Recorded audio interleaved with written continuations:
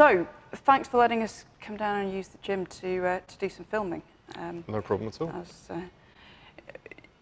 While we're here, I wanted to get your take on, from your experience as a grappling coach and a mixed martial arts coach, you've seen a lot of fighters over the years. What are some of the most common sorts of neck injuries and issues that you see people having? Well, at the start, obviously, people generally haven't done any neck training, like strength training for their neck. So usually right at the start, it's just literally the stiff neck, the little pulls. So like people are, grabbing your head a lot when you're grappling, and you're having to use your head in good position to keep good posture. So it's generally a lot of the soreness at the start. When it comes to injuries happening, it seems to be the impact injuries, either against your partner or against the floor. So on takedowns and sweeps and things, people basing on their head and head making impact, and then that transferring into the neck. Or occasionally people getting stacked, so someone being folded up with their weight, and sometimes someone else's weight as well, on with the knees coming over the head, and that neck getting bent up that way. So I tend to find this someone being stacked and impact injuries tend to be the most common. Sure. And so I came down a few months ago and did some work with you and some of your guys on some neck strengthening. Have you been able to implement any of that, and how have you found that's gone? Personally, I've been using it, and the people who are on the seminar have been using it. It's not something so much I've brought into the classes yet. We're actually thinking about, having done some work with you over the past few years, and seeing the benefits of like prehab, and making sure that people are fit and healthy to actually do the training and get the most out of it. Both preventing injury, but also improving their technique by having that strength as well.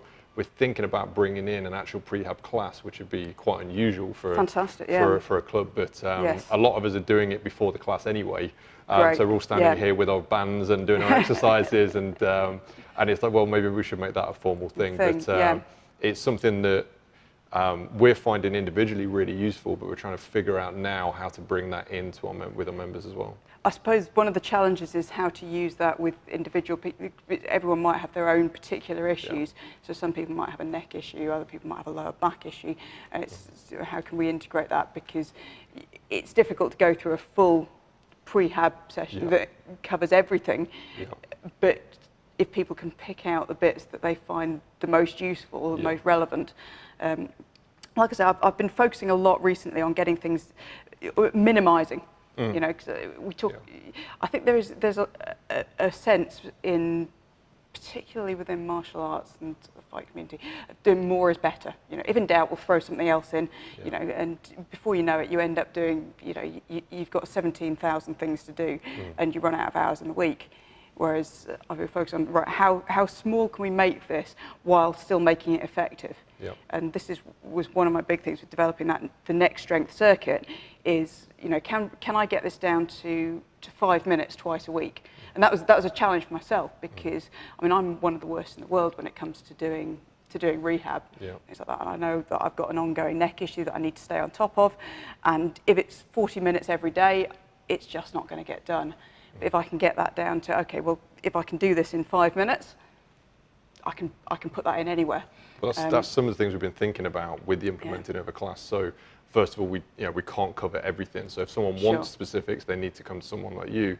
However, there are certain movement patterns that they would be better off like learning and loading.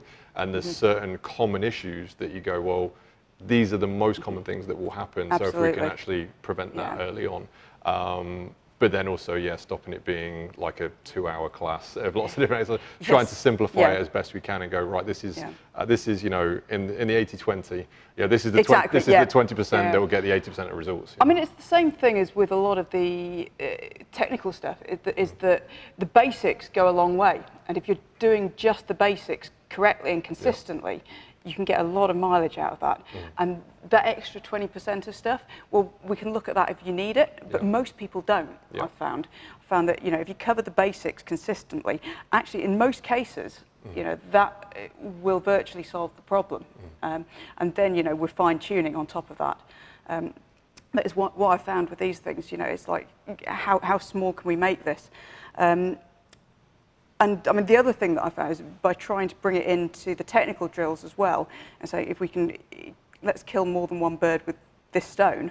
If we can do a drill that's technically specific, We can get people in positions that they're going to be working in. Yep. So for example, like the head pushing drills out of different positions on the ground, then you're actually getting a technical drill as well as a conditioning drill. Well, that's one of the things that, one of the main things with coaching is hiding repetitions. Yes. You know, if you're teaching a jab, you might do 5 different drills where they're doing the same jab, so then they actually hide the repetitions, because telling someone you just need to consistently keep doing this can get a bit boring. But if you can tie it in not only with a way that they see as practical, that they're going to use, but basically hide in the reps, then that we always find that's the better way to do it. I mean, I remember talking to John Will when he was over here actually, and we were talking about neck conditioning, and he was saying that, oh, back in the old days, they didn't really do neck conditioning, but they did a lot of drills that involved neck strength, and there was a lot of the things that they would do on a day-to-day basis would actually work the neck muscles, and there was a lot of crossover actually between some of the things that I've been thinking and some of the drills that he was showing me that they used to do back in the day, and saying that actually these days we don't seem to see as much of this. But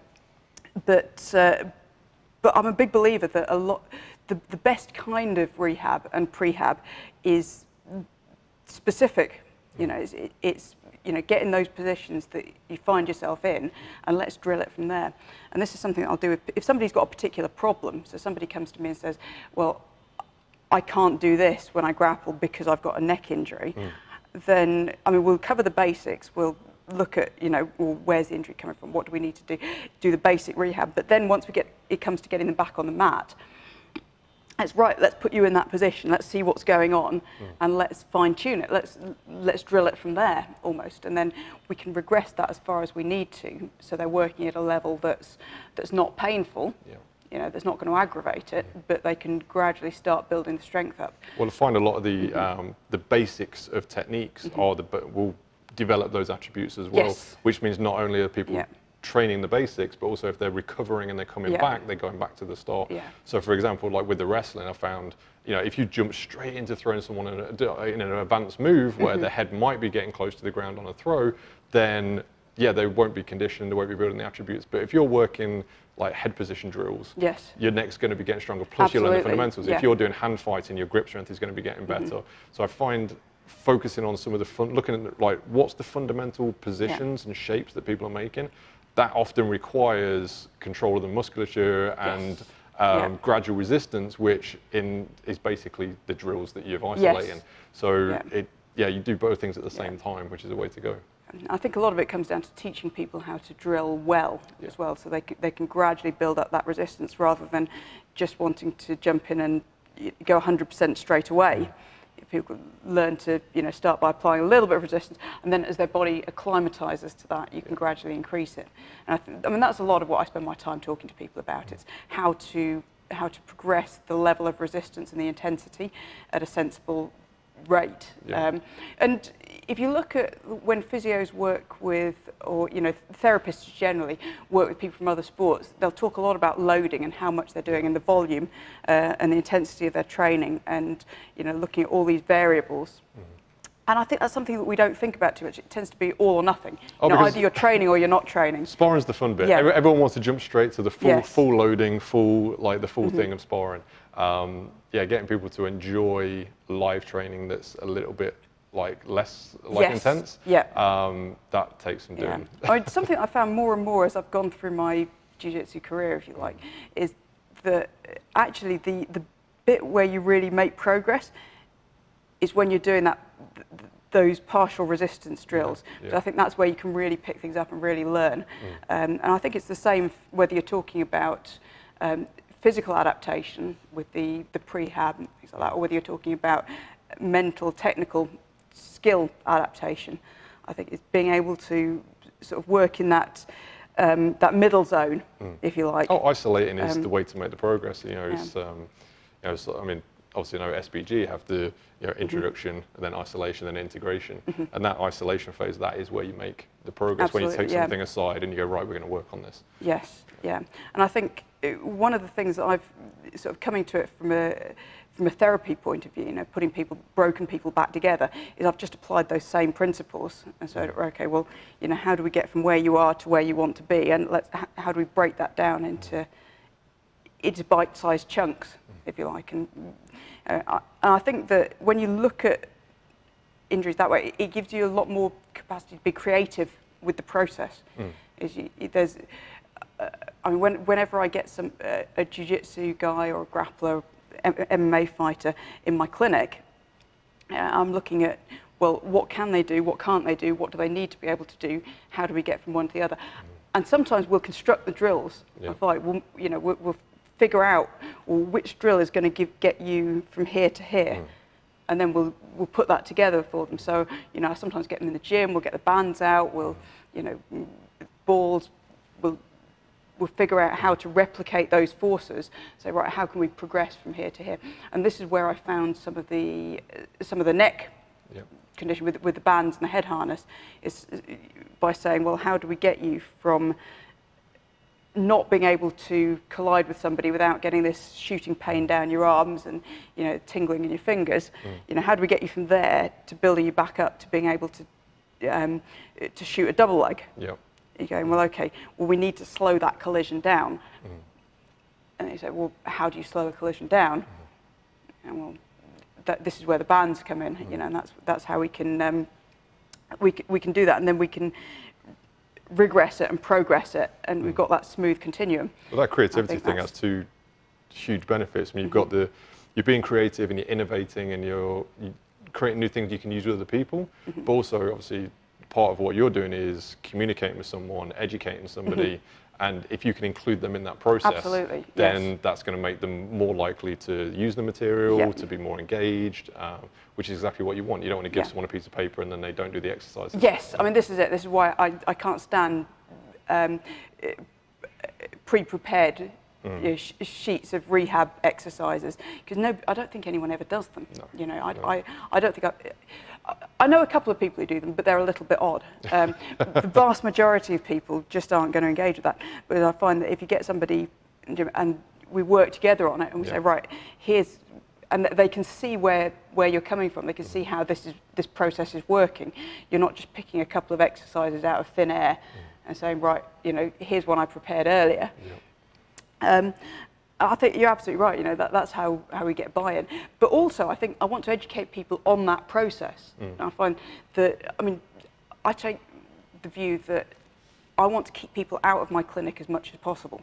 I want to educate the people I work with on the process, and the more I can get them doing those things for themselves and figuring that out, saying, well, what do I need to do here? And then I'm there as a consultant, if you like. I'm there if they need some extra input. But they've got the tools to go away and put that together. That's a parallel to the martial arts, isn't it? As a coach, you're trying to teach people stuff, but you're also trying to get them to learn how to learn. So then they can do things in their own way and educate themselves as well. Absolutely. No, I think that's really important, because it's easy to get into this thing where I think some business models have people just coming back in, and then you drip feed them the next thing and the next thing, and then they have to keep coming back, and you're always the guru, if you like. And I just find that's it's a really good way of holding people back. What we were discussing earlier is like if people are outgrowing what you're doing, then you're probably providing a pretty good service. And it's like with the teaching, no one teaches everything within education from primary school to university. If you're an introductory level in a subject, you want people to outgrow you. And it's the same with what you're doing. You're trying to educate people about their health. You want them to outgrow you and not have to keep coming back. Well, and then what I find is that once people outgrow the basics and they can take care of those basics, they'll come back to me with questions about, okay, well, I've run into this problem, how do I get around this? Or, the questions are on a different level. And then they'll start asking me the... if someone learns how to educate themselves, that's fine. But then obviously, if you're further down a certain path than they are, it makes sense for their learning to come and speak to you and say, can you just help me go these few steps? And that's what you're doing as a teacher and everything. You're saying, look, I'm a little bit further down the line. It's nothing special. I've just gone this way. And I can just show you what I learned along the way. I find, that leads to some of the most interesting work I do. The stuff I really love is when you get a fighter in the gym and then you're troubleshooting and you're kind of going, okay, how do we get this better? Whether it's technically, whether it's physically, and again, it's trying to identify, well, what's the problem? Is it a psychological problem? Is it a technical problem? Is it a physiological problem?